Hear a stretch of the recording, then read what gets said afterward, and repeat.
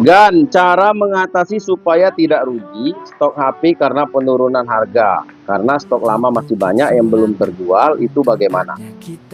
Oke bosku, kita mencoba menjawab pertanyaan dari Salah Input 1517 di YouTube ya.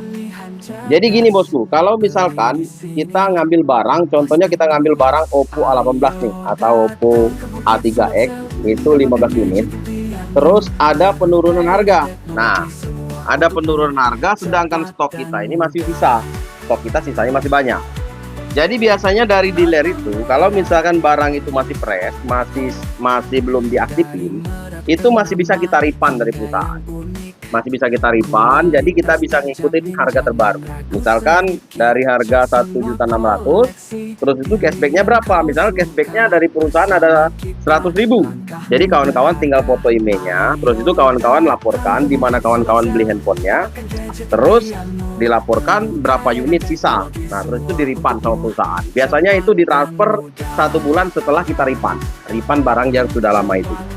Nah, jadi bosku, kalau di perusahaan itu insya Allah nggak rugi, asal barang itu masih fresh, masih aktif, belum diaktifin, masih fresh. Jadi perusahaan itu memikirkan kita juga sebagai toko, kalau misalkan harganya udah turun, terus itu sisa barang kita itu di refund, bisa di cashback, dikembaliin uang kita lebihnya itu. Misalkan sisa 10 unit, jadi 10 unit itu di refund, jadi 1 juta perusahaan transfer ke rekening kita. Jadi aman bosku. Kalau untuk stok yang second bosku itu nggak ada yang bisa nge-refund.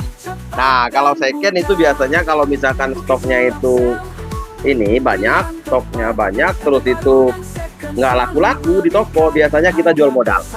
Jual modal ataupun kita jual rugi lah, jual rugi kita. Kalau misalkan barang second, karena siapa yang mau refund kan barangnya barang second. Nah, kalau untuk barang baru biasanya di refund oleh perusahaan.